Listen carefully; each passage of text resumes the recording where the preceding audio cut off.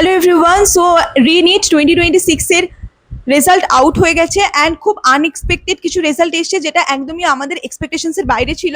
আমাকে বেশ কিছু জুনিয়র কল করেছিল এবং তারা কল করে জানালো যে এরকম কিছু রেজাল্ট এসছে যেখানে র্যাঙ্ক নাকি 577 যদি মার্কস আসে তাহলে 19460 এরকম র্যাঙ্ক আসছে 19,000, 552 মার্কসে 36K, 565 মার্কসে 20K, 560-তে 29K, and sorry 565 A 20K and 514 এ 514 নাকি 72K। আমি জানি না এটা কতটা সত্যি কতটা মিথ্যে, বাট আমি জুনিয়রদের থেকে এই ইনফরমেশনটা পেয়েছি।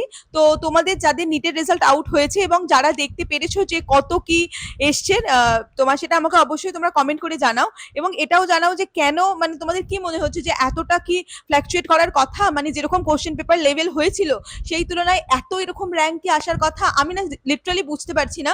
আমি তো মানে র্যাঙ্ক দেখে আর নিটের স্কোর দেখে আমি নিজেই অবাক যে এটা কি করে হতে পারে। সো তোমরা আমাকে অবশ্যই কমেন্ট করে জানাও যে কি হয়েছে ব্যাপারটা, তোমাদের কি মনে হচ্ছে, কেন এরকম হলো। সো আমি কমেন্ট বক্স খোলা রাখলাম, তো তোমরা অবশ্যই আমাকে জানিও।